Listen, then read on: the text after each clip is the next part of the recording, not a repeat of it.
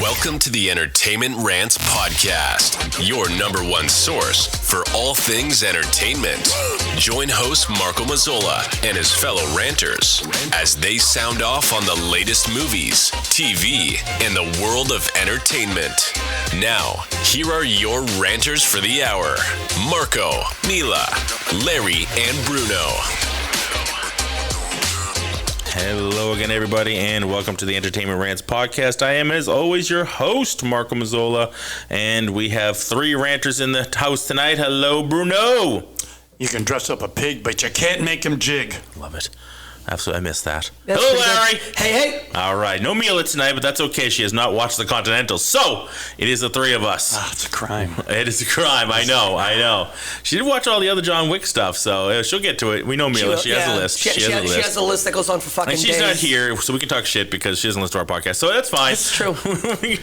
She'll never know. It'll never get back to her. She's on a podcast that she doesn't listen to. It's like the Amish. It's like the Amish. I say horrible shit about them, but they don't know. Doesn't get back to them. They'll never know. They'll never know. They'll find out. So we are talking the Continental, streaming on Peacock Network. This is a 3-part sort of mini-series, if you will, short on the world of John Wick. It's really like 5 episodes packed into 3. I mean, because each one is long. The first one's an hour and 26 minutes. 2, an hour and a half, and then they go an hour and a half. They're both around. They skate all of them around an hour and a half each. I mean, it's like 3 awesome. movies. I mean, it was really or at least fun 2 to watch. movies if you add them together. It's like 2 solid movies. Easily. So I mean, I'll go around the room. I mean, I loved it. And I'm just not going to bury the lead. I loved it, and I'm hoping for more. I think there's a lot of room for more stories, and we'll get into the nitty-gritty and why. But I thought it was a fun excursion if you're not going to pull in, Keanu Reeves and do something else, and you're going to go back in time and do some, origin stories.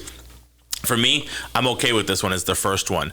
Maybe they go back further. They do a little bit more of the high table, where it came from, things like that. Almost like a Assassin's Creed, right? They keep kind of jumping around in time, showing us different time periods where this all existed. I think that would be a great way to go with it, because the story is kind of so open, right? Because it's assassins and things like that, so you could go anywhere with it, like Assassin's Creed game. You could totally do that. So I really enjoyed it, and I hope for more. Who wants to go next? Go ahead, Bruno. Go, Bruno. So I think we all understand how I appreciated the first 4 movies. Yes. I think we all know that. And they just kept it going with this one, I think, in my perspective. The writing in this was probably even better than the John Wick movies. I mean, not that there was much writing in the John Wick, but it was well choreographed, right? And the John Wick movies themselves were well put together. It all held together. Mm-hmm. The Continental was like next level. I mean, this is more dialogue-centric than the John Wick movies were. And it had to be, right? Because you're developing more. It's not just Keanu Reeves as John Wick going through and just blasting a bunch of people, which is, we talked about, it's just therapeutic. It's like the epitome of justice, right? Mm-hmm. It's like schoolyard justice being executed. But so I feel like the Continental, whoever they hired to write for this, even for the first one to put the whole plot together, did an amazing job. Like, the plot holds well, the dialogue is good, the development of the characters is good enough. They didn't have to go deep, but it's good enough to create the feelings that you need to create. They did the little love story between Frankie and I forget the name of the Asian woman that he was married to. That was just enough time spent on that to be like, okay, they loved each other and they did it the right way. Yen, right? Is that her? Yen. Yeah. That's right, Yen, yeah. And then just the whole story was developed well. The plot twist at the end, all of it was just really good. And then I got to highlight the use of music in this series. We don't have Mila here today, so please. Was like, I thought the use of music and lighting in the first 4 movies were phenomenal. Again, next level in this series, and everything they did, it was almost like every single scene, they took that and they framed it with like the right piece of music. And their choices for the most part were really good. Like, maybe not 1,000%, but like really good, to the point where you were like, I absolutely understand exactly where they're going because of the music. Without even anything happening, I really just appreciated what they did there. So the music, the lighting, the framing of it, it was really good. I loved it. Yeah. I hope for more too. All right, here we go, Larry. No, I already got a preview of Larry's side of this last night at the party. This. I like Continental. Actually, I want to piggyback right where you left off with the music. I like the music really a lot, to the point that I shazammed the opening song because I want to know what it was. There you go. Yeah, exactly. And it was done by the song's called "Hard Times." Yeah. By Baby Huey and the Baby Huey and the Babysitters. That was my nickname, by the way, from my mother, Baby Huey. Oh, that was No, not Babysitters. No, Baby Huey. Remember Baby Huey, the cartoon character? Yeah, I remember Baby. Everybody would come up to me, oh, is this your baby? She's like, yeah, Baby Huey. She would call you Baby Huey. Thanks, Ma. I appreciate that. There goes the self-confidence. Awesome. Right up it's that trailing right up. Yeah. Jesus. So, as far as the music, you're right. Like the music framed everything really, really well. I like the movie. I keep wanting to say movie. I mean, it felt like a movie. Yeah. Yeah. Like we had talked about this a little bit last night. I liked the series.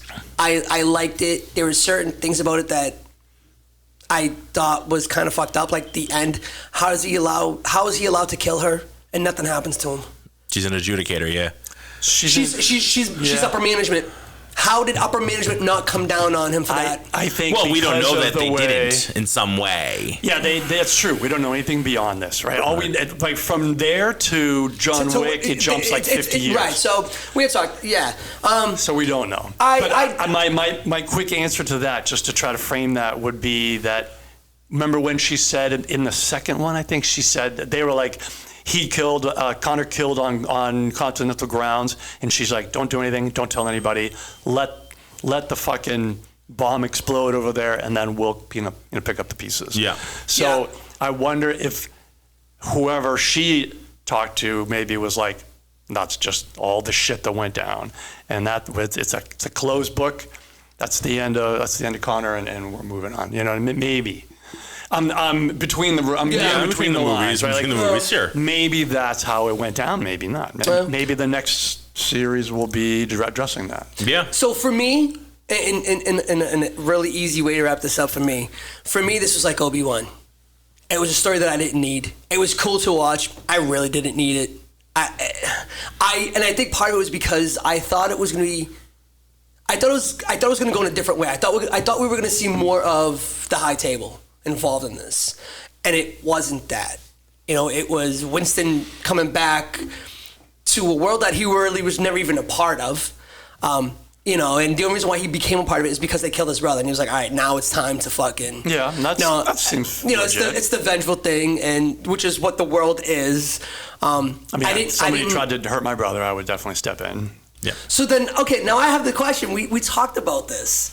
You don't want to see a movie with that little Japanese girl going after the guy that killed her father because that's just a wasted movie. You said that. I did say that because this is the same exact thing. No. I don't want to see a quote-unquote John Wick movie that doesn't have John Wick in it. So don't call it John Wick movie. Don't call it John Wick. Call it the Continental. Call it the High Table. Call it something else. All right, you don't want to see John Wick 5. I don't want to see John Wick 5. And have the story be about her. Gotcha. Okay. This is from the world of John Wick. Gotcha. Yeah. But it's not John Wick. But this was the development of the world, right? And I agree with you. It would have been cool to see High Table. So I think that's lots of opportunity there. Lots of opportunity. Yeah. So you either go more on this in the 50 years, yeah, or you just jump around. See, I like the idea of jumping around. I don't want to see more on this because I think this was really like, boom, it's a great little story. It's got bookends. Beautiful. Keep it there. Yeah, leave it. He's running the Continental. Okay, Done. That's it. That's right. Let's move on to it, like you said. 100%. Let's jump around. So I think for me, it was. I went into it thinking it was more about the development of the High Table and stuff like that, and we get to kind of sort of see Winston take over. I didn't know that Winston wasn't even a part of it. Like, he was never even a part of that world. He was off in fucking France doing his own thing or whatever. So yeah, but I mean, every leader of something had to get to that point somehow, right? Let's say take the mafia for example. The mob boss isn't the mob boss from the very beginning necessarily. Like wait, but hold on. You either come up through the ranks or you get involved that's somehow. How that happens. But you come into that world at a very young age. Winston was a very super young age, and then he left. Because he threw the Molotov through the window. Cormac was having him do all that stuff. Yeah. So he was kind of involved peripherally after he left, right? Reluctantly, his brother tried to shield him, and remember he sent him, I'll take the fall and all that stuff. So I feel like that was sounds the like his brother intro got into the world more just to protect him from having to get Winston into the world. Yeah. But I hear you, man. I get it. I think this was. I like how you guys are explaining me off the edge. I appreciate it. Thank you. We do. We bring Leonard back in a little bit. That makes sense. All right. Yeah. Okay. No, but like I get where you're coming from. Like, was this a story we needed? No. Did I watch John Wick and think, how did Winston get to where he is? No. No. But like, if you're gonna do it, do a good job of it. And I appreciate that they did a good job of it. And it's one of those things where I think, like, Star Wars has the same issue. They want to do extended stories, but if you don't do some of the legacy characters in some way, people get lost. So, like, it's hard for them to do, and they've done it, like Mando and things like that, but like so much of it, and it's a downfall in the Star Wars world where you just keep hitting the Skywalker saga because that draws people in. Yeah. We know who those characters are. Even the trilogy, the sequels had to do with the legacy characters, even though it was about Rey and things like that. It had to do about Luke. It had to. So you have to. So the very first outing beyond John Wick, how do you just do random people like from the high table 200 years ago and draw people in? It would be weird. When now you had Winston and the concierge, like this. So there were players, younger, but players from the original movies. Yeah. Now you can kind of start branching, I think. I see it more like this. When you read a series of books or see a movie, you're like, and you get into it and you really love it, like you put it down, you feel also like, wow, that was amazing. And then for me, I'm personally like, damn, I really like that world. Yeah. I like those people, those characters. I want more. Yeah. Then the question is, well, what more can you give me? Well, I've already kind of liked those characters. I've invested in them. I've fallen in love or started to appreciate or admired or whatever. So the next, for me, it makes sense that the next extra that you give me is going to be related to one or more of those characters. And I think John Wick, like, we know his whole best story, essentially. So that might not be a good choice. Like, we don't need more of John Wick in particular, but if you're going to build this world and grow it and add to it, Winston's a good first shot at that. Yeah. Because, like, he was essentially the counter protagonist, right? And he was there to help and facilitate, and he even shot him off the fucking roof at one point. Yeah. So, like, you have to imagine, all right, this guy was a really interesting character. He ended up being somebody sort of people liked and loved and was like, yeah, he's okay, we're invested in this guy now. Yeah. So Winston's kind of makes sense to me. And I like the development of his relationship with the concierge.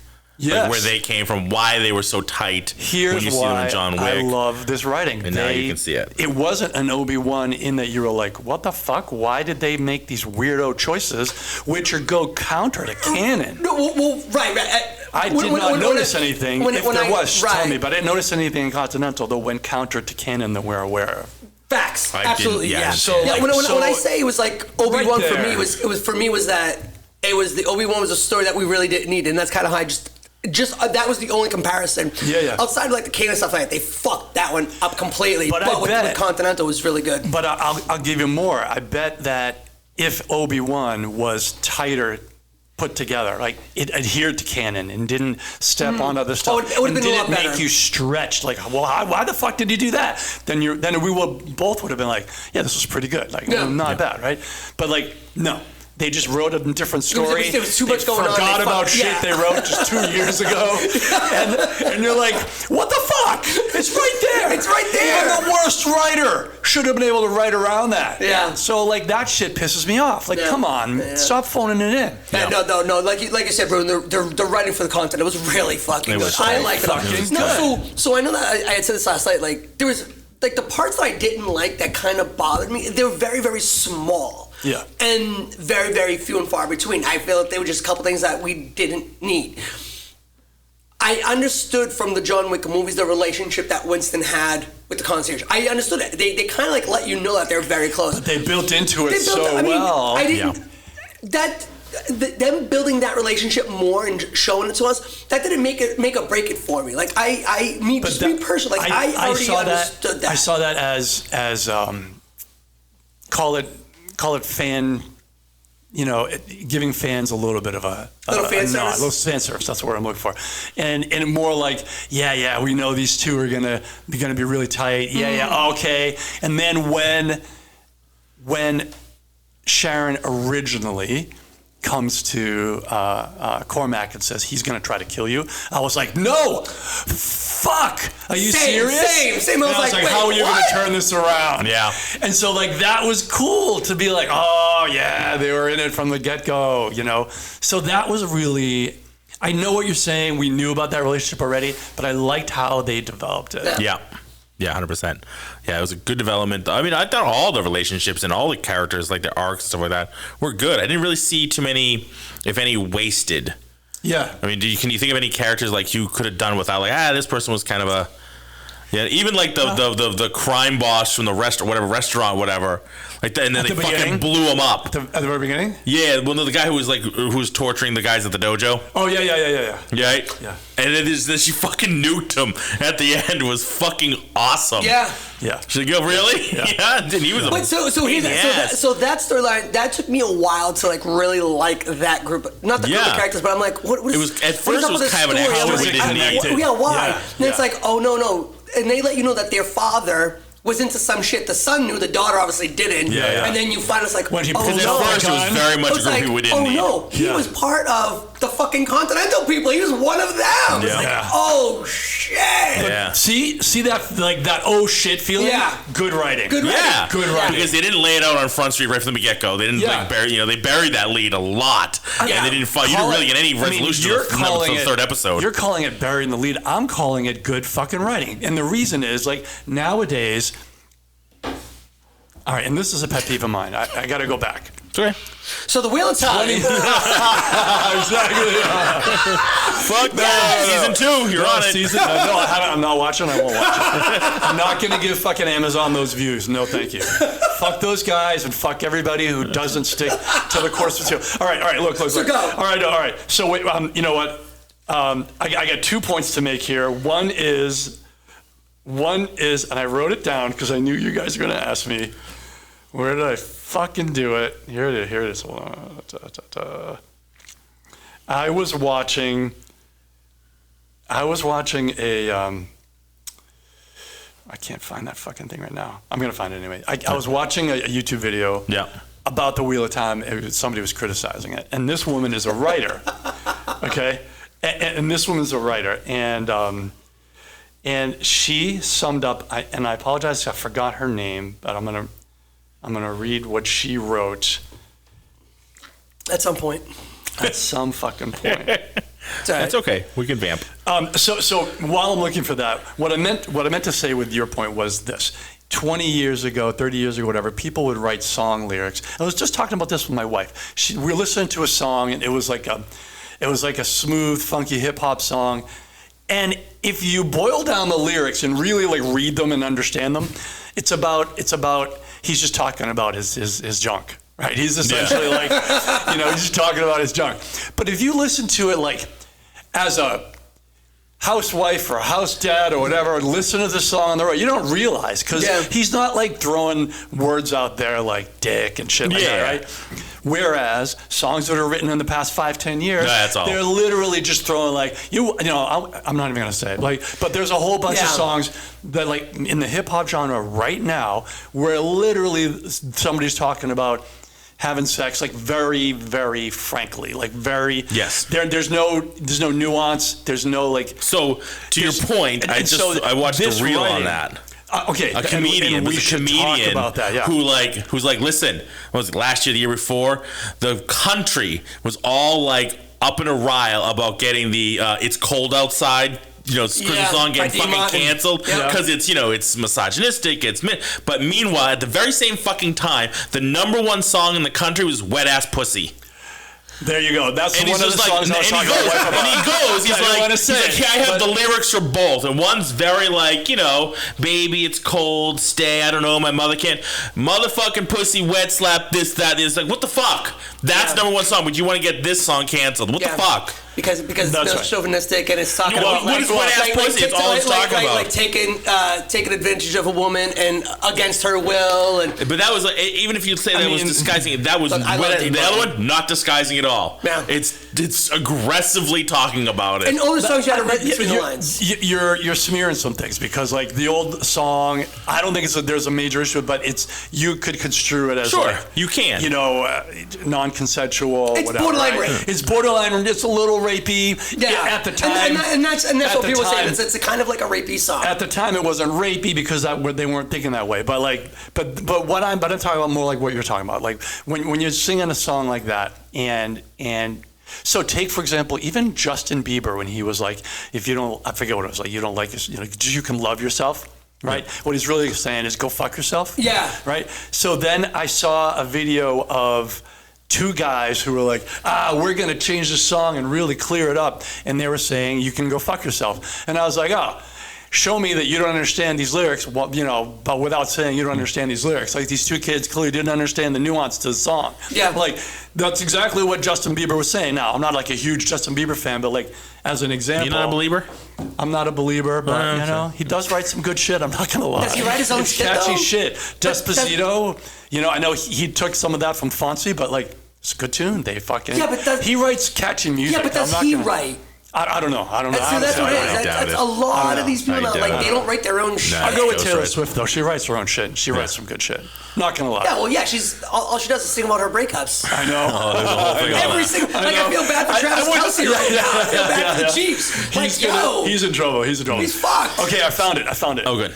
How to adapt a movie, a book or movie or TV to a movie. Okay. Now, she wrote this. This is not me, but I love the way she fucking put it. There's a very simple formula for adapting a book or book series into a movie or a TV show, and this is it. You condense, cut, and combine for the sake of time, because you definitely don't have enough time as a book does to tell the story. You add things only to smooth over the changes that you have made. You carefully change things in order to make them more effective in the new medium at conveying the essence of the heart that is already present in the source material. And before any changes are implemented, you must make certain it does not contradict anything that has come before it, and you must follow the butterfly effect of everything that this change will affect, all the way to the end of the story. If you don't want to piss off the pre-existing fan base, you should resist making any major changes, character or plot, unless at least 70% of those fans agree that such a thing would be a vast improvement. And the other 30% are either indifferent or against any adaptation of any caliber, because you'll never please those people anyway. It's not hard to do. So that's not what Wheel of Time did? Peter Jackson did that in The Lord of the Rings, right? Yeah. He condensed and he shrunk it down, and he added a couple things to smooth it over. And they were pretty long. It was incredibly well done. Can you imagine if they did the actual books? In sharp contrast to The Hobbit, where they just fucking went left. And we did that one little book into 3 movies. Yeah, that was a clear money grab. I was disappointed. Whereas Lord of the Rings is 3 long-ass books. Did Peter Jackson do that one as well? Yeah. He did The Hobbit? Yeah. So I never watched it. But I mean, I think at some point his hands were tied. He was like, all right, we better get, we're going to make some more money. The studio wants 3 more movies. They want a trilogy out of this. We have 1 short book. But that aside, that is exactly why Wheel of Time. That is why Wheel of Time went sideways. And that is why The Witcher, Henry Cavill left, because they're not adhering to the books. Yeah.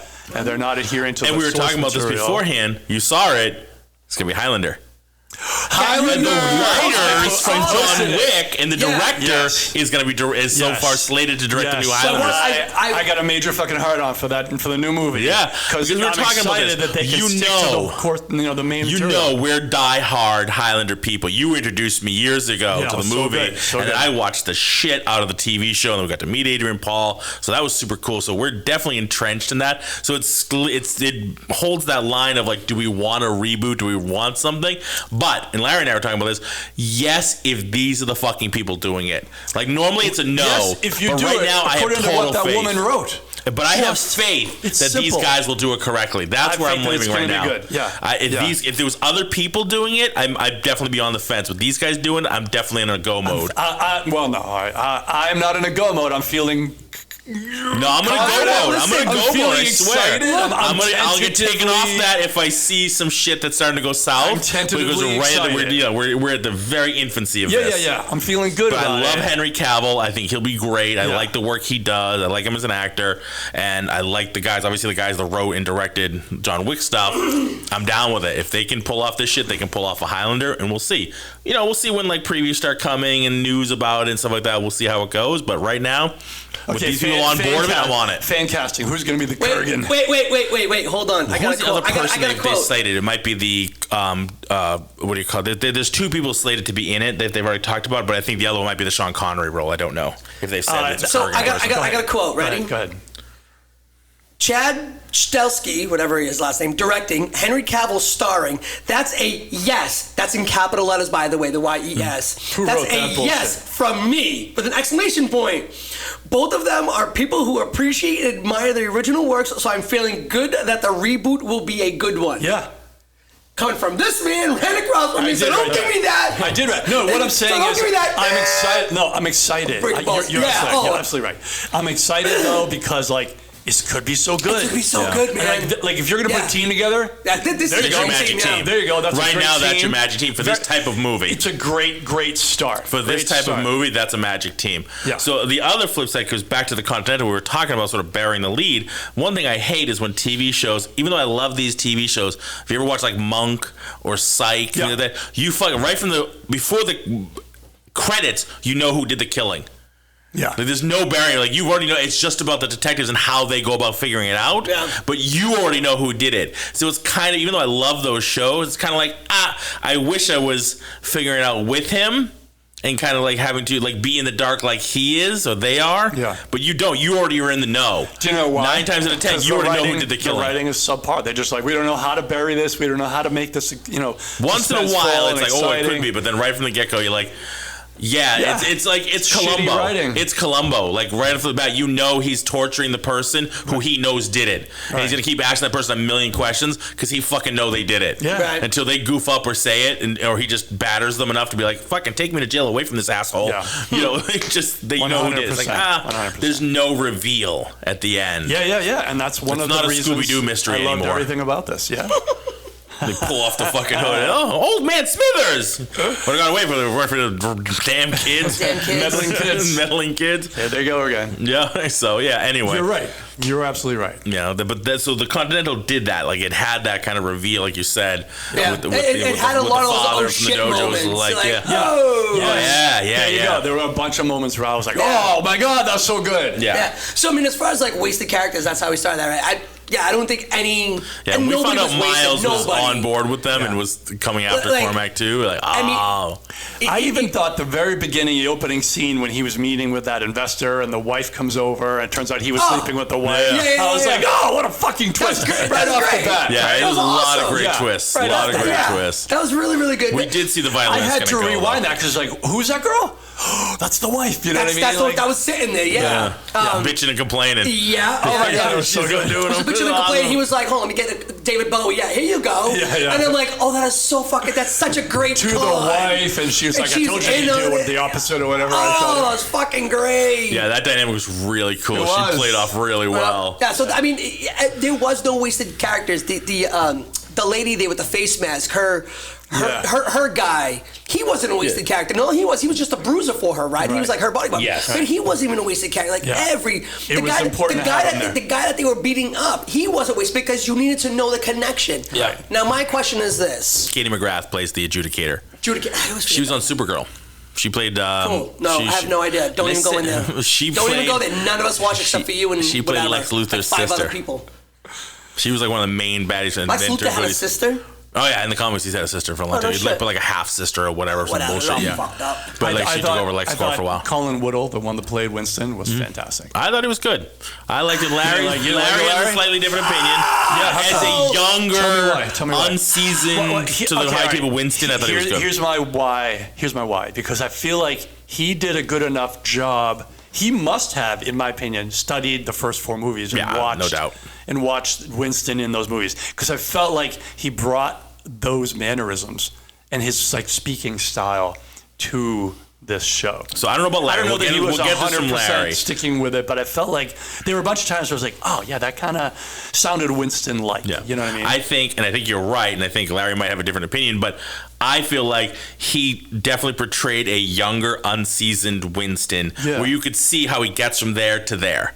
Yeah, I can see with 50 years of running the Continental how that character can become older Winston. If I didn't see that ability, like he could not, that there's no fucking way he could become that guy because he's completely different, I'd be like, no, this guy sucks. Yeah. But I could definitely see him going down the path of becoming the Winston we know from that. Larry, what do you think? I thought that was good enough for me. And I think that's how, when we just, right before you walked in, we were talking about, and I think that you kind of like talked me off the ledge off that one too.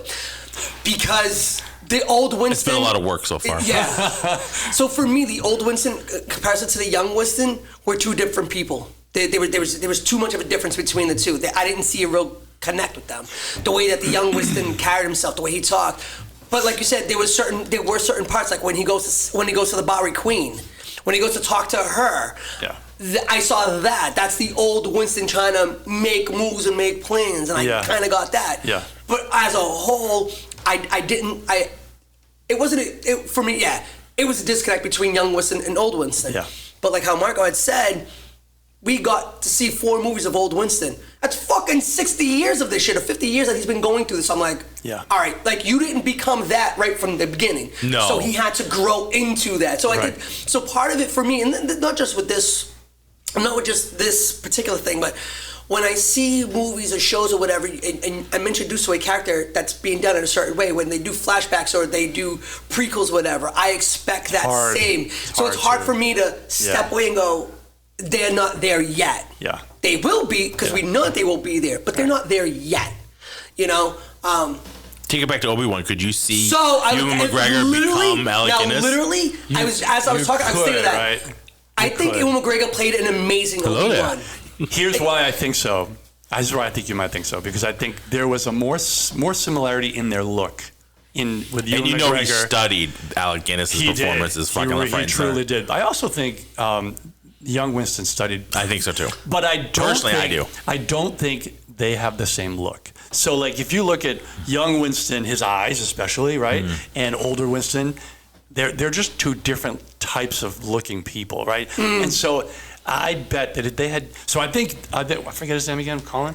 I think Colin Woodall. I think he did a good job of trying to study mannerisms, but I don't think he looks like what old Winston would age to be. Would age to be like just in the eyes. Like I don't see. So if you had chosen a different person who had like the older Winston, I forget the character's name, but Ian McShane. Ian McShane, he's got a little bit more pronounced eyes. Like they don't, they're a little bit more, I don't know, forward set, or as opposed to like embedded in his head, right? And so this, Colin is a little bit more, embedded. I don't even know how you'd explain that medically, but like his eyes are like, he's got a little bit more, he's got less like lid showing. Whereas Ian has more. So if you had chosen a character that had more lidded eyes as a younger, then you probably have an easier time putting those two together. You know what I mean? What if he played a younger Winston? Who the hell is that? Yeah, that Kim would Coates. Fuck, that would be, That's literally who I thought. And here's an issue, and this can be dealt with movie-wise and filming-wise, because I just looked it up. There is a significant height difference between the two.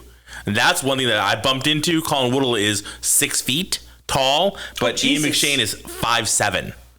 Yeah, but so there's a significant height difference. You can proportionally, but sometimes that's tough to hide. If you're not trying to do like a forced perspective to make them look that way, 6 feet to 5'7" is a pretty big difference. It's not like 5'11", 5'10". Yeah, if you get them next to each other, for sure you got a problem. But if you have them next to other characters, it didn't even occur to me. It occurred to me. He seemed tall and lanky to me. Well, he's younger. Everybody's older. I know, but like older Winston is much shorter. Yeah, he could be a little bit stockier. You just take a picture of you shorter and take off some weight, and you'll look like you're taller. I have pictures like that. But the point is but the height difference was what really bothered me. He looked a lot lankier because he was taller. You know what I mean? So you can have a build, but if your arms are lankier when you're moving, I don't know. And older Winston had like shorter, stockier reach. His wingspan and the older one. So I can see that kind of stuff bothers me a little bit. That didn't come across to me. But it totally did for me. But again, it didn't take away from his performance. Yeah. For me. So I didn't really I wasn't like, fuck this guy. I don't think he's good as the role. I think he was good for the role. I think that's the kind of I think Colin did a great job. I think he was adequate. I think they could have had better choices, like who's the character you Kim Coates. Kim Coates would have been a great person. Just look-wise. Look-wise. Just look-wise alone. Would have been really interesting, like younger, But I think Colin did a good job otherwise. Yeah, so I guess that's part of it. Like, I don't want to take anything away from his skill and his acting, because he did do a great job. Yeah. Just for me, there was a little bit of a disconnect between young Winston and old Winston. And I can see that. And like Marco said, he's a young guy. He's going to grow into that character that we know. Right. And I think with the Obi-Wan thing, we only saw old Obi-Wan for like 20 minutes, right? That's right. So it's like we just saw some old guy, Alec Guinness. So we saw a little bit of him. Yeah. So we saw more of the Ewan McGregor. Much more, yeah. So like as a character, it was kind of like, he's just the old guy, whatever. So I think you don't pay attention so many times. So it embeds in you how much. Even it's 20 minutes screen time. That's true. You've watched that 20 minutes. How many countless hours? Right, but I think McGregor did a great job of portraying. For me, there was never a disconnect between young Obi-Wan and old. Never ever. The only disconnect is the fact that even in the Obi-Wan series, he's not even close to Alec Guinness's age and look. When you see him in A New Hope, and it's not that many fucking years, that desert doesn't do well for him. That's writing, right? They should have. Yeah, but people in the 70s aged fucking weird. Oh yeah. Like. 70s or early 80s. Smoking. We talk about this all the time. Just the lifestyles was so much different than it is now. Much more wrinkles. You're in your 50s. You don't look like you're in your 50s. But I remember back when we were younger, and you see people in your 50s like, wow. Yeah, you always thought like, oh my God, they're old. And then you're like, oh, wait a minute. Like if you look back, and I've done this because it's just something that interests me. Like I'll look back at old shows. I'm like, okay, I'm 47. And look back, watch Cheers. And you see how old you felt like when you were watching, they were old? They were in their 30s when they did that. I just saw a meme on Facebook that said that the people on Friends are now the same age as the Golden Girls when they started doing their thing. That's right. Because they're all in their 50s. Yeah. And speaking of, what's his name? Yeah, rest in peace, Matthew Perry. Perry just passed. Unbelievable. Crazy. Yeah, accidental drowning. Something he had like a cardiac arrest or something when he was in his hot tub. And then, of course, because that happened, he drowned, unfortunately. Speaking of acting in the show, I am so glad we got Mel Gibson back. Oh, yes. Yeah. He was amazing. Mel Gibson has his own lots of baggage there. Lots of baggage. You didn't like him. Marco, baggage aside. No. Take that away. I don't care about that. Yeah. I do not care about that. That's a personal thing. Always, no. I'm happy to see Mel Gibson back on the screen. 100%. Yeah, I think they're even talking about doing another Lethal Weapon or whatever. No more Lethal Weapons. We don't need that, but okay. But I'm happy to see him back at work doing what he does. The only one issue I had with him in this character is his Brooklyn accent seemed ridiculously forced. Yeah. He just seems to be one of those actors who can't really do a great convincing Listen, the fucking guy's Australian. What do you want? No, I know. He's an Australian trying to do a Brooklyn accent. I don't think he has an Australian accent. I thought he pulled off Braveheart very well.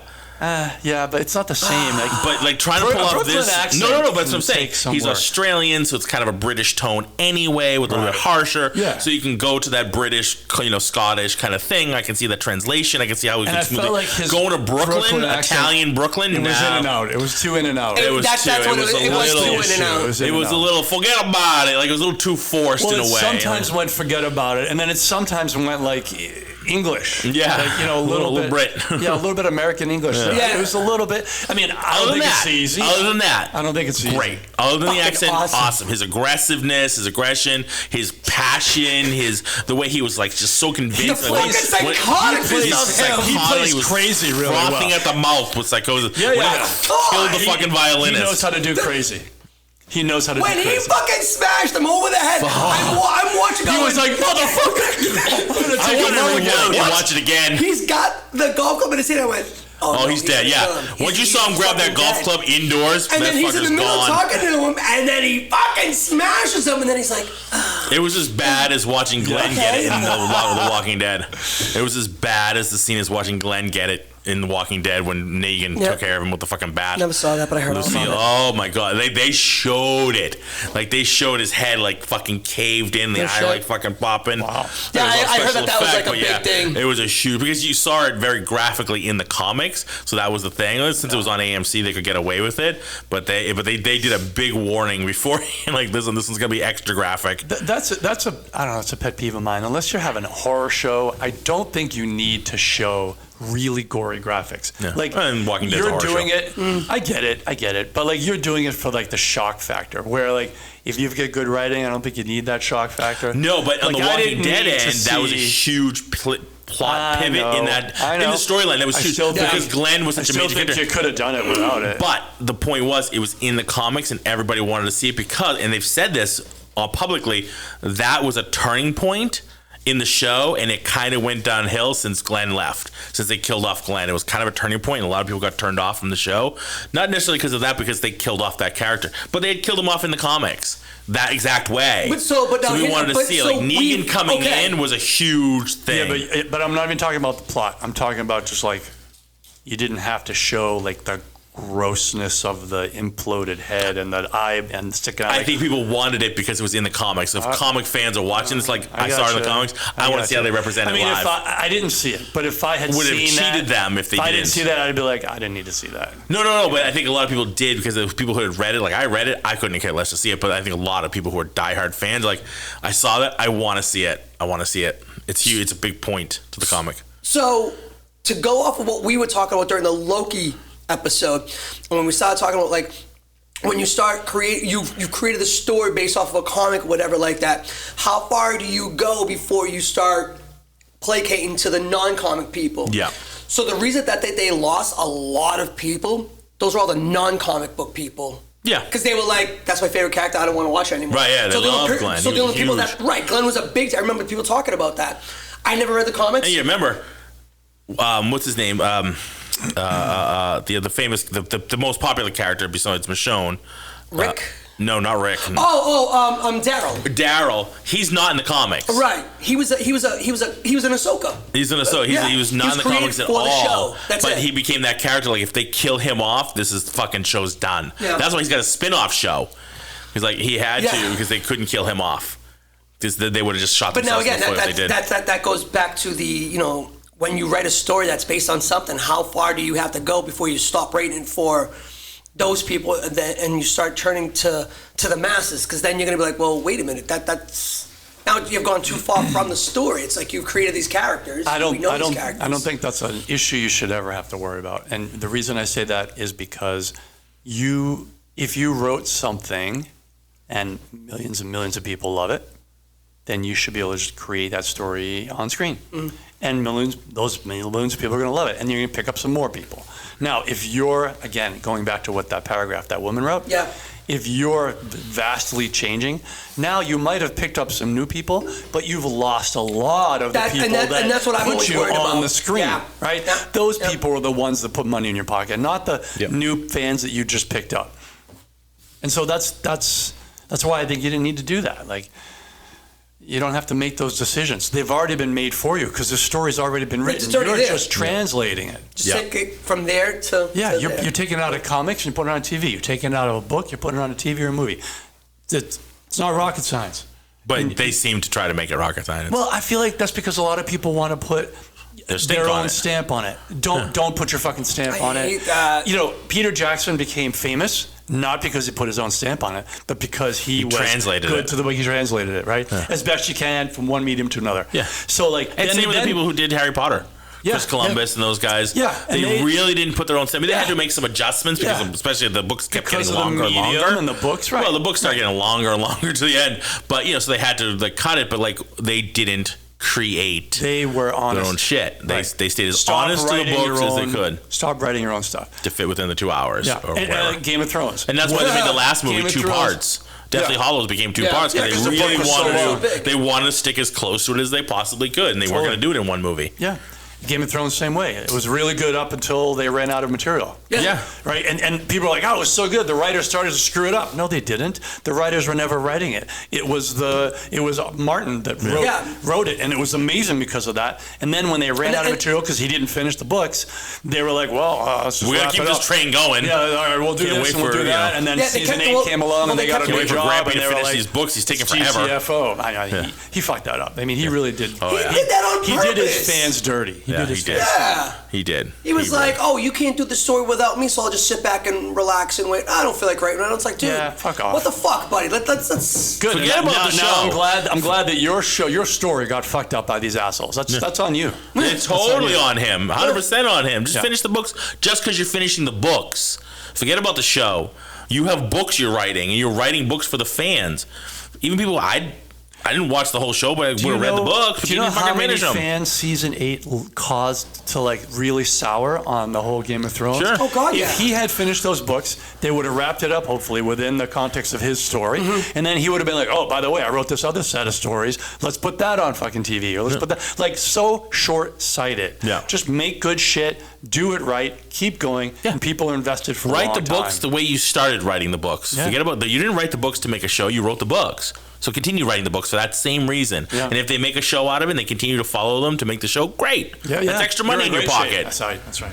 It's not. I think he was just a fucking pompous douche. I think so. He just taking his ball and went home. Yeah. Like, that doesn't work out ever. Who's that ever worked out for? I'm going to take my ball and go home. Great. Now nobody wants to play with you. Yeah. Because you're an ass. So anyway, these guys did an amazing job. In Continental. Yeah, and the story was amazing, and I think they stuck to the world. I thought they really stuck to the world that they created. So what do you want to see more of? Sounds like Larry's looking for the high table. I'm cool with that. I've always been intrigued when you introduce me to worlds like this, whether it's through book or movie.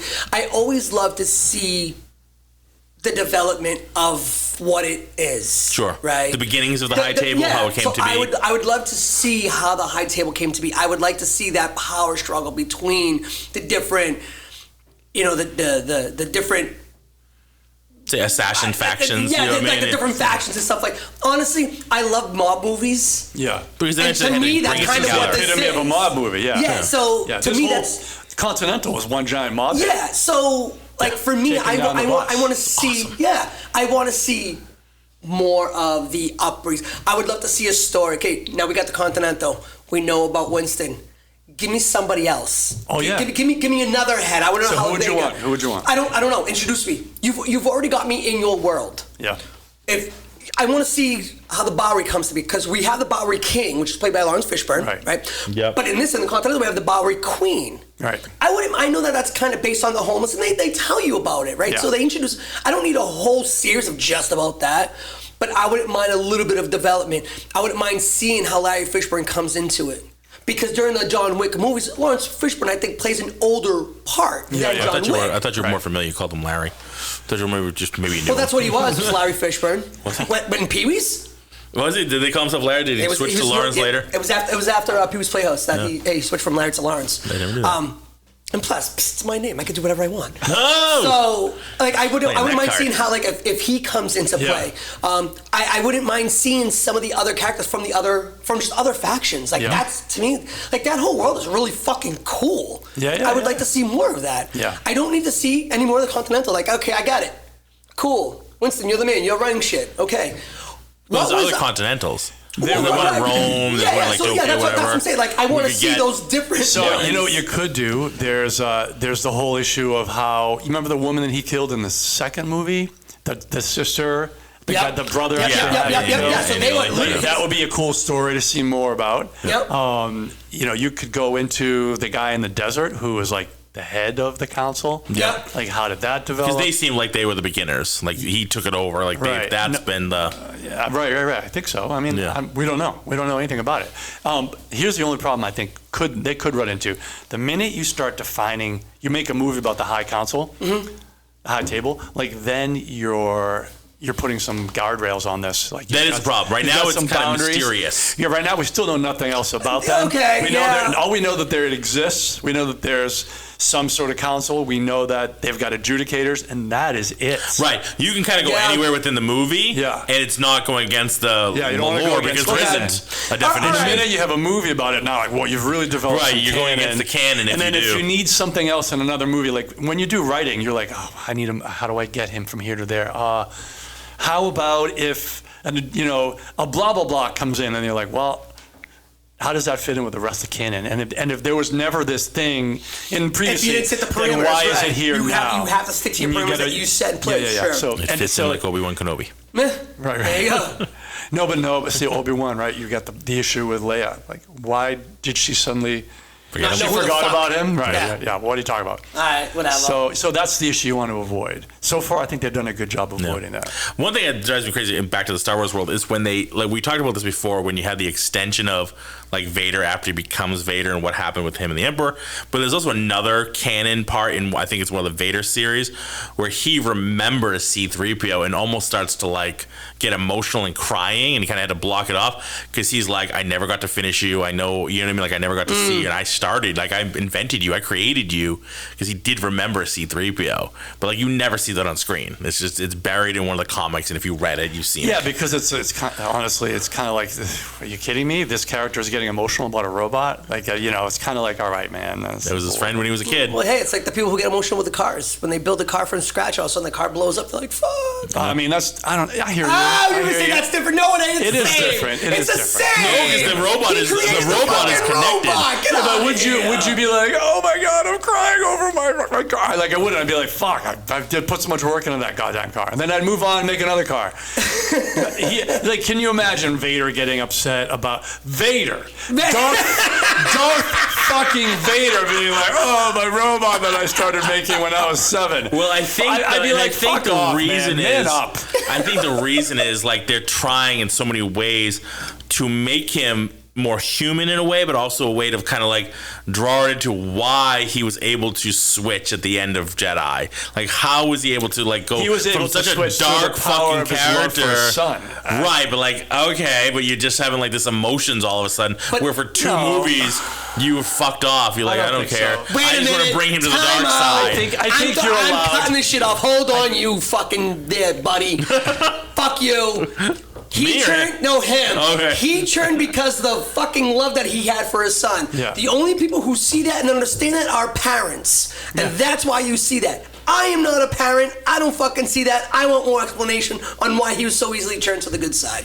You want more explanation? Hell yeah, because you need to be hit over the head with it. You need to see him crying over a robot. I need to see him crying over a robot. And R2 to be and with R2 because he spends Anakin spends a shit ton of time with R2. Wait a minute, Lawrence. You're telling me that if you saw fucking Darth Vader in his fucking Darth Vader outfit, black and everything, and you hear him like, R2, you wouldn't be like, what the fuck is going on right now? I would, but then I'd be like, wow, the guy's got a sense of they're showing emotion. They're showing emotion.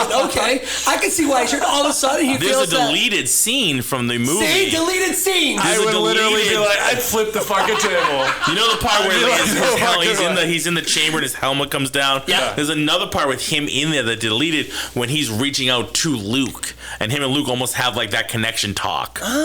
There's another whole thing you can find on a reel. There's a deleted scene on that. This is your son. This is your progeny. I get that. Like your kids, your parents, like that family. But I think what the C-3PO thing was, it wasn't just like a connection to the robot. I think for him, it was a connection to his failures and shit that he kept fucking up and doing wrong, which led him to this shit.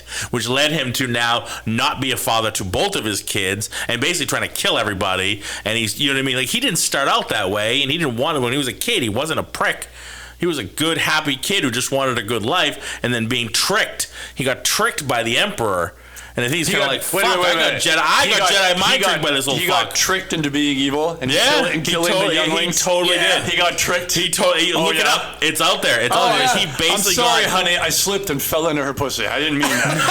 I got tricked. It happened 4 times last night. I got tricked. Just saying. It happened 4 times last night. Maybe we should all try that as husbands. He got tricked by... See how that flies. He got tricked by Sidious. You make a choice in everything you do. No, he got tricked by Sidious because Sidious said said he could teach him the power to save lives, to save somebody from dying, which wasn't true. He couldn't do it. He actually doesn't have that power. They do have the power, and they made that happen in the last movie where fucking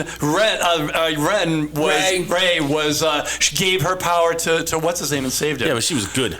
Sidious wasn't good. Doesn't He matter, never learned that power exists now. He never gave that knowledge, if you will, I can give you a little to Anakin. mojo. I can just give some mojo. I don't want your mojo because it's getting on me and it's sticky. Come on back, baby. Keep your fucking mojo. It's sticky. So the whole idea behind the bringing them back from the dead is what Darth Plagueis, which is who taught Darth Sidious. That's what he was. But he had never an intention of giving it to Anakin. Well, intention or not, it did exist. It did exist. But he teased him, saying, "I can give this to you," and he did no intention of doing it. And that's what he drew on Anakin's fear and tricked him, because he was like, "I know." You could see that he wanted to save. Think maybe tricking he couldn't save his mother. I don't know how to call it tricking. I would. That's what they say. They say he basically tricked him by saying like who is this they? Yeah. Reed. They say that that's what happened. Honey, she tricked me. A lot. No, 7 times last night.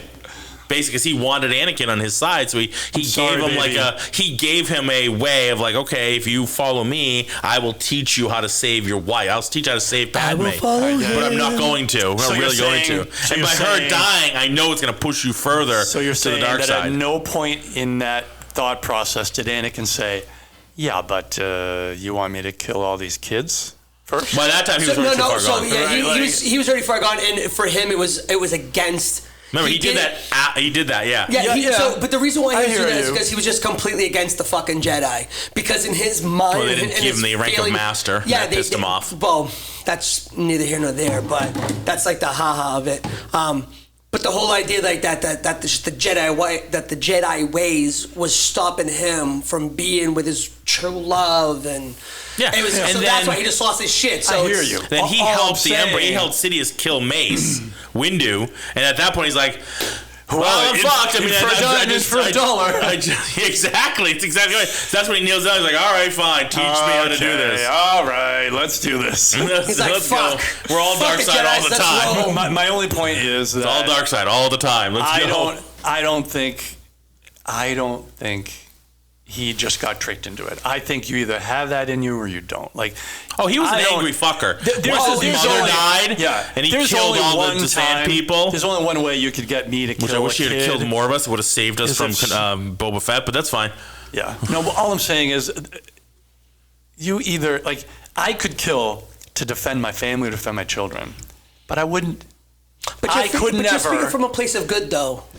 I mean, Anakin was supposed to be good. Yeah, not at that point. But then you're telling me that this guy is super emotional about not being able to finish his robot? Like, I've got. He's not that good, right? I have models I started when I was a kid. I'm not crying over them right now. They're still not done. I'm still doing what the fuck. You know what I'm going to do? I'm going to go home today. I'm going to smash them. Just to put an end to that whole thought process. Maybe they deserve it. All I'm saying is I'm glad they didn't include that in the main movie, because I don't think it would have been good. Yeah. I think people would have been like, what? That doesn't really add up with who we know Darth Vader to be right now. You know, that's all I'm saying. So, anyway. I love it. We need more of that. Yes, I need more of the Sith anyway, so. Yes. We've gone over that. I need fucking more of the Sith. I want to see a trilogy of the Sith. I want to see the Dark Bane series. Give me fucking... Darth Plagueis was boring. I just finished that book. Fuck that. It was a lot of... The Darth Plagueis book is basically Darth Plagueis creating Darth Sidious, training Darth Sidious, and so there's a lot of politicking. Yeah. So everything that we've seen, it's literally Darth Plagueis is the book that leads up to Phantom Menace. Okay. So it talks about like, you know, how Darth he basically Sidious comes on the Naboo team of the Naboo Senate, basically. Yeah. So how he becomes senator, and how he actually ended up adopting Darth Maul and creating Darth Maul. So everybody. That there's this big thing about the whole rule of two. They can only be two. Right. That's fine. You're right. There is a master. There is an apprentice. That is true. That's the rule of two, which was created by Darth Bane. But you have all these other motherfuckers that are either fallen Jedi, which they're not Sith. That doesn't make them Sith. That just makes them fallen Jedi. Like what we just saw in Ahsoka. Yeah. That guy wasn't Sith. No. He's a fallen Jedi. Right. Same thing with his apprentice, just fallen Jedi. So you can have those. That doesn't make him Sith. So he's still abiding by the rule of two. So like when Darth Sidious is the apprentice, he has Darth Maul. Darth Plagueis knew about him. He was like, yeah, that's fine. There's no rule. Well, Sidious is Dooku's not Sith. Right, Dooku's not Sith either. Right. So it talks about in the Darth Plagueis book. It actually talks about Dooku being a Jedi that just wasn't really happy with the Jedi ways and the shit that they were pulling. They're like, what really started to turn him was they went onto this mission. And they like lost like 30 fucking Jedi, like 30 of his friends. And the Jedi Council was like, shit happens. My bad. And he was like, that's standard. Like, we shouldn't have even been there. They gave him the bumper sticker for his Jedi fighter. Shit happens. They were like, so we've taken a huge left turn from Continental. Yeah, sorry. I'm going to dive into this because I am deeply disappointed that when I was a kid, Star Wars was... Right, he was a one-off, right? He just wrote one fucking story and it blew up on him. He had no idea. But his initial, this is what a Jedi is, was like, these are the good guys. Yeah. They are pure. They can use the Force because they're pure. Mm-hmm. They are the connection to the Force. The defenders of the universe, the defenders of good, all of that. Yeah. And then as the world grew, they just ended up being fucking normal parents who just were fucking dysfunctional, right? And I'm just like, fuck you. What happened to my goddamn heroes? Like, because when you were a kid, you're like, I want to be a Jedi. Yeah. Like, that is literally the reason I started. to see something way worse. Like, they're Catholic priests now, diddling kids. Like, fuck that. Well, they didn't go that far. Let's not but go they're there. fucking, they got really weird. They were never the good guys. They got weird. Never the good guys. They got weird. They got their story and stuff like that. And they're kind of like 700 BC and still, or AC, AD, and just be like, yeah, they're still fucking assholes. But but that aside, like, these guys were the good guys. They're the reason I wanted to learn how to swing swords. They're the reason, you're like, all right, like my neighbor. His kid, when my neighbor's kid was young, when he was like 4 to like 9, after like 8 or 9, he was like, you're full of shit, Dad. But like between 4 and 9, he told his son like, hey, by the way, you're a Jedi, and here's the Jedi law. And then he just made up a bunch of good parenting rules. And he was like, what do we do as a Jedi? We're good to people. We share things. We eat all our dinner early. It's just like all the things you teach your kid to do. Yeah. And he was like, what's the Jedi code? And I would go over there, and he would tell me about it. And then he grew up, and he was like, you're full of shit, Dad. He's like, yeah, fuck up. Yeah, my whole life was a lie. Yeah, my whole life. And Bruno sat him down and said, listen, my father spoke English. Fucking lie. You want to be disappointed, get a load of this shit. What the fuck, Dad? Your dad was just trying to give you some good, morals and shit. In like perfect my dad was English, hiding a whole fucking language on me. Bruno, it's fine. I speak English. What the fuck? All right? Your dad was just trying to give you some good morals and a code to live by. My entire world came crashing down. That's right. That was like first grade, kindergarten? First grade. First grade. You imagine? First grade, I would have been 5. So he's already been in school for a full fucking year. Yeah. Year and a half. He's already been in school. Yeah. Bruno was established. My dad came in for it was like, bring your parent in for the day. I think they called it like king for the day or some bullshit. And we walked in, and I was like, don't worry, Papa.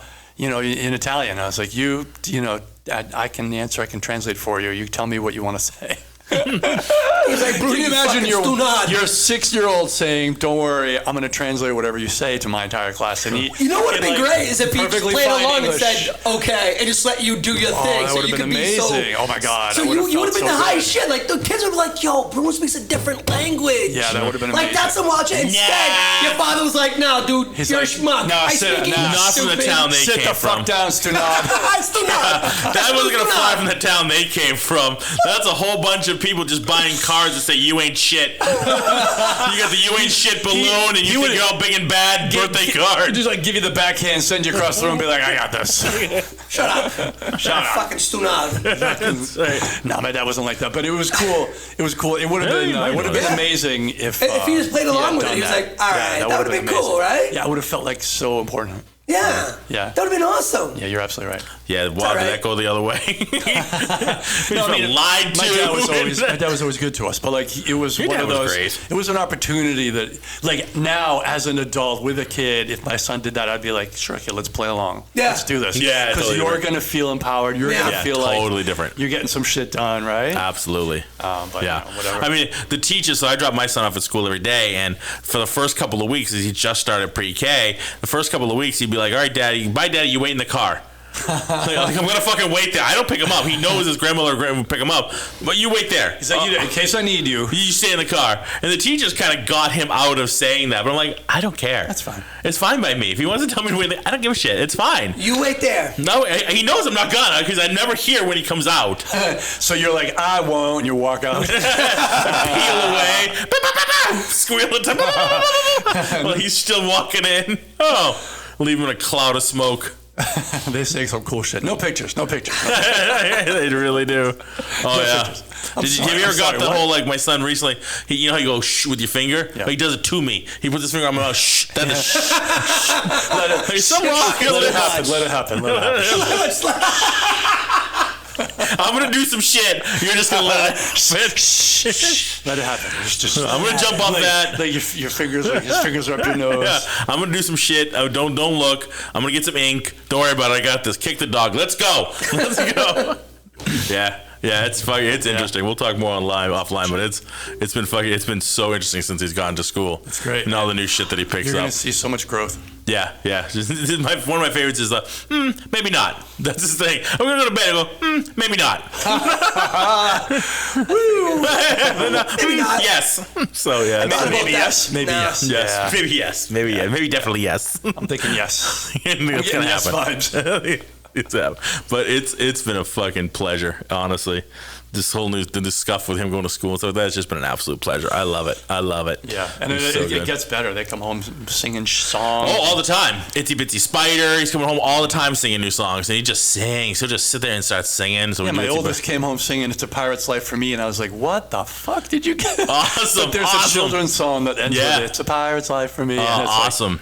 Wow, really? Yeah. All right. Yeah, kid wants to be a pirate. Yeah. My son was just start singing and dancing, or he's watching Blippi and just looking on the corner. He's clapping, he's bouncing his head. He's just like, all right, go man, go man. It's just fun to see them so happy. Yeah, that's awesome, man. It's so cool, cool. I'm happy for you. That's awesome. Good. All right, anything else on the Continental before we break up this party? No, overall, it was a really good series. We have to give it a rating. We have to give the series a rating. We haven't rated it yet. I'm gonna give it 4.25. 4.25. I like that. I'm a 4.5. I'm a 4.5 too. Yeah, 4.25, 4.5. I'm always gonna leave that room. Yeah, you know what I mean? That little room for improvement. Mostly that half is Mel Gibson's accent. Unfortunately, it pulled me out a lot of times when I was listening to him. It bumped me out. He was so good. He'd bring you in because his actions and his attitude and his fierceness and everything fucking dragged you right in. He soaked you in with that shit. His psychosis was awesome. Then he'd start speaking that accent. Crazy really well. Really well, yeah. What he was saying, the writing was fantastic, and how he said, you know what I mean? It was just the fucking accent. When he was doing the fucking chemical, I don't know what it was, but when he was putting it on his face and then like going nuts. Crazy. He was like, I need. Yeah. It was Mel Gibson gold.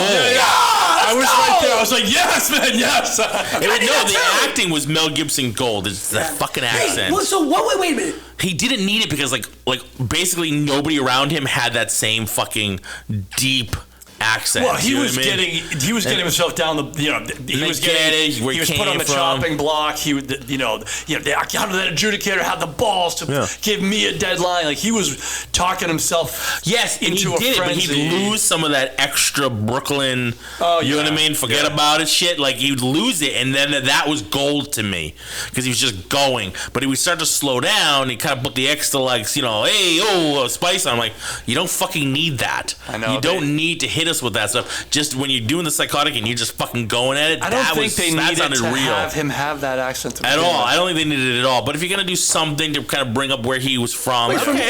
That could be a generic New York accent. But it was almost like when somebody tries to do like an extra Boston accent, like commercial with Chris Evans and John Krasinski and Amy Poehler, when they're like, it's a ghost car, it's smart park, that was done on purpose to sound stupid, like to get that extra thick Boston accent. You know what I mean? So you knew it was a joke. Quick aside, did you guys see the thing on? It was a Facebook meme just a couple days ago with like a Boston cop that comes into the donut shop or something, and they're talking about each other in Boston accents. No. So one of the comment anyway, they're just using they're like Southie, and so like their Boston accents were actually pretty fucking good. Like it was legit. Like I know plenty of people that all talk exactly like that. Yeah. Like I grew up with them. And so and somebody commented like, these fake Boston accents are terrible. I was like, I don't know, man, that's legit.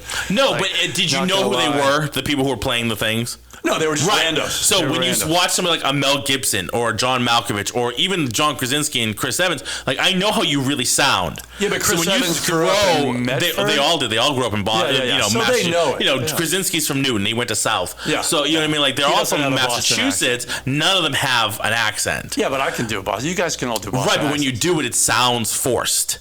No. But when you do it, like. If somebody I know you, so I know that it will sound forced. I know because I know it's what you don't really sound. Me, but if I'm chatting with my buddies, right, if they don't know you, then I kind of jump into that accent a little bit. Like my mother does too. You do that. Like if she gets tired and starts getting going, and she hits a little bit of the Malden. Yeah. But what I'm saying is like a Mel Gibson, you know how he sounds. You've watched him in movies for decades. Yeah. So to see him force a Brooklyn, it's kind of like you didn't need that. John Malkovich. Brooklyn though. What makes you think it was Brooklyn? It felt very Brooklyn to me. It felt very Bronx. Do you know the nuance difference between Brooklyn and New York? Because I don't. Yeah, it's harsher. It's definitely harsher. It's definitely harsher in like Brooklyn. They kind of like extra like almost like an attitude. It's an attitude shift. My bigger issue with his accent was that it would pop in and out. You know what I'm saying? And look, I'm not good at accents, so I know it would be really hard to do for me. And I'm sure accents aren't easy to maintain throughout a whole dialogue. And he had paragraphs of stuff that he would be saying. So I'm not surprised that it would pop in and out. But for some people, it seems easier. For sure. British people can do an American usually really, really well. Yeah. Going the other way seems fierce, but when they kind of pull it in, it's like, oh, okay, that sounds good. Yeah. Like, listen to Tom Holland. When he does Spider-Man, you really can't detect his English. British accent. His English, you know what I mean? You can't. He Same thing as the guy that plays Doctor Strange, the guy that played House. Cumberbatch, absolutely. The guy that plays House, I forgot his name. I had no idea that he was actually English. Hugh Laurie. Yeah, it was him and what's his name? Stephen Fry. What the fuck? Him and Stephen Fry did a fucking long ass, like they were like together, like they were like their Laurel and Hardy almost, or their Abbott and Costello. They had a series for decades for Fry and Laurie. Yeah, it was like a whole comedy sketch kind of like improv I had no thing. Idea. Oh yeah. When they were, it's fine. I've seen it on YouTube. It always blows your mind when you see somebody like that. You're like, oh, that's a cool accent that you're doing. That sounds really good. Oh, that's not an accent. That's actually how you talk. Have you guys ever seen the show? What the hell? Lucifer.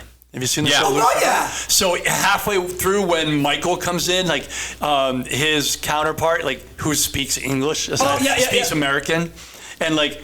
He sounds legit. Like he sounds American, and you know that the actor actually is British or whatever. Was I talking to you about this in Italy? He does a good job. In Italy, Nonno's brother, his brother. Yeah, he did the one he worked with. His wife was Scottish. I remember I was younger. When I went back, I think one time, like I was around the 18 that time, we went and met her because he was gone, but she was still living there. And so I was kind of like to my dad, like, does she understand what I'm saying? Because I had no idea. I'd never met her. And I didn't even know her name. I just knew she was Tobias' wife, so I figured she was from San Donato. She's like, she hits me with the Scottish accent. Like, yeah, I can understand you. I speak English. What do you think? She was almost like a kind of bitchy about it, but I'm like, I'm sorry. Forgive me. We're in Italy. You're married. You're in a small little medieval town in Italy. You're married to my grandfather. In my head, them marrying somebody not Italian. It's weird. Would have been no way they would have done that. I had no idea. Are you sure? Yeah. Ask my dad. Ask your mom. Yeah, I will. Yeah. I met her. She's Spitfire, but she turned out to be a really nice lady. But like at first, she's just like she was almost like indignant of like, of course I speak English, you little chooch. I'm like, well, I'm sorry. That's like I went to Portugal once in my whole life. I've only been there once. I was 13 years old. It was the summer between right before my freshman year. There was there was a feast that was going on for like a fucking month. So you go down to the town square and everything's going on. Games or whatever, and I saw this Chinese guy. Again, I'm in St. Michael, São Miguel, Azores Islands, Portuguese islands, and there's this Chinese guy who's like, wow, I didn't know that Chinese people traveled here. Thought nothing of it, traveled. Yeah. I repeat, traveled, because he's Chinese, I'm Portuguese, I'm trying to. Yeah. Then he started speaking in fucking fluent Portuguese, and it blew my mind, and I really didn't know what to do. I'm like, wait, what? And I went to my dad, I'm like, Dad, this is Chinese guy speaking Portuguese. He goes, oh, okay. I'm like, you don't find that odd? Come to find out that the guy's actually from Macau. Oh wow! Which comes from Macau was it was I flew under the Portuguese flag. Yeah. So I'm like, oh my God, so there's like a bunch of Asian people that speak fucking Portuguese. He goes, oh yeah, and you can't tell until like you open your eyes. Probably a little bit of an accent. A little bit of an accent, but again, it's like it blows your mind. And you're like, oh shit. When I was, we used to go back to Italy almost every summer, and like you don't see. When I was a kid, you didn't see black people in Italy. They just, I don't know why. No. So when I was like 9, except for the feast.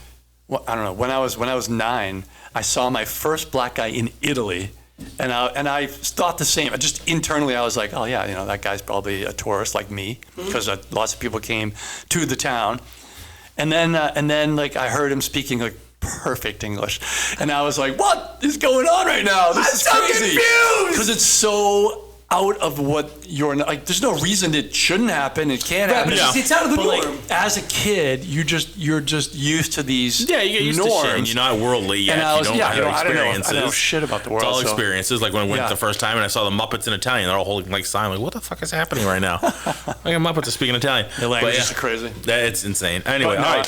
So we got a 4.25, 4.5. I might even go higher than that. The reason I say this because like. For me, the John Wick series was a 6. Yeah. So like, and this was. They better not fuck it up on that. This was. Oh my God! Please don't. But this was like just as good. Yeah. I wouldn't put it 6 because the action wasn't the same. It was good action, but it wasn't. Yeah. It was good action. So maybe 4.5. Yeah. Maybe 4.75. Like so close to that. It's so close to that 5-star for you, huh? So close. It was so fucking good. Yeah. Like I would watch pull it back because of the accent. Like, I want to know what the I just watched all is. 3 and I want to watch it again. I would definitely watch it again. What do you mean what the coin press is? What's the coin press? What coin does it press? It presses the gold coins. The gold coins they use when like they go to the hotel and they pay. And that's why it's a big deal, because now you could give those gold coins, so you could make your own and just have infinite, basically monetary. You're printing money for the high just table. Counterfeiting basically. But it's high table pay at the bar. Yeah. Gotcha. Okay. Yeah, you're counterfeiting the high tables money. Okay, that's what that's a big fucking no-no. Big problem. The government will arrest you. They'll fucking kill you. Big problem. Gotcha. Yeah. So now I know, because that was one of my comments. I was like, I don't understand. What is that thing? Why is it so worried why was he so worried that they found out that he had it? Yeah. Like that was my thing. I'm like, and that's why in the beginning when Frankie was walking in, the guy was like, "Look at all this gold." He's like, "I don't want the gold. I need this press." Yeah. He was like, "This is what we're here for." Yeah, because I can make it all. I can make as much of that as I want. I can make way 10 times more than that. So here, I don't have to carry all that out. I just carry this one thing out. Yeah, that gold press. Pretty cool. All right, there it is. Continental. 4.5. 4.5. Larry's up. I'm gonna bump 4.75. Wow, I'm staying at 4.5. Yeah, I'm staying at 4.5. Mel Gibson's accent killed me. I like this world. Fucking let's go. I want more of this world. I want more of this world. I really, really do. More of this world too. I think we're all in agreement. And we'll by proxy, I'm sure Mila says yes too. All right. Shook his head. All right, gang. We are Entertainment Rants at entertainmentrants.com. We have some stuff in the works. We talked about it. We're joining a podcast network called the Subculture Podcast Network. Yes. That's all stuff that's happening right now, kind of coming into the group. So we'll be getting more of that coming up and letting you guys know when that's officially happened. And we'll be doing some more live shows, having more guests on our show. We'll be guesting on other people's shows. So there's a bunch of great podcasts that are joining already. The Dork Wars podcast. The Trekker's Delight and a few others. So it's a pretty exciting time for us. We're moving on up. We're moving on up, and I like it. I think that's good. I think it'll help us in, like I said, in the long run, it'll be really good for us and good for everybody that we get to, see more of us and hear more, and we'll cross with other episodes and other podcasts, stuff like that. So it'll broaden our world as well as help them out too. So that should be exciting. I'm looking forward to that. Yeah. So this should be really good. Yeah. Really good. All right. Again, more info on that to come. So we are Entertainment Rants. Thank you, Bruno. Why are we even fighting? I don't want to do this. That's a deep pull right there. That's a deep cut. Thank you, Larry. Thank you. All right, everybody. Check us out online, entertainmentrants.com, or our social media, Entertainment Rants. And what are we going to go do, everybody? Let's rant. Let's fucking talk it up.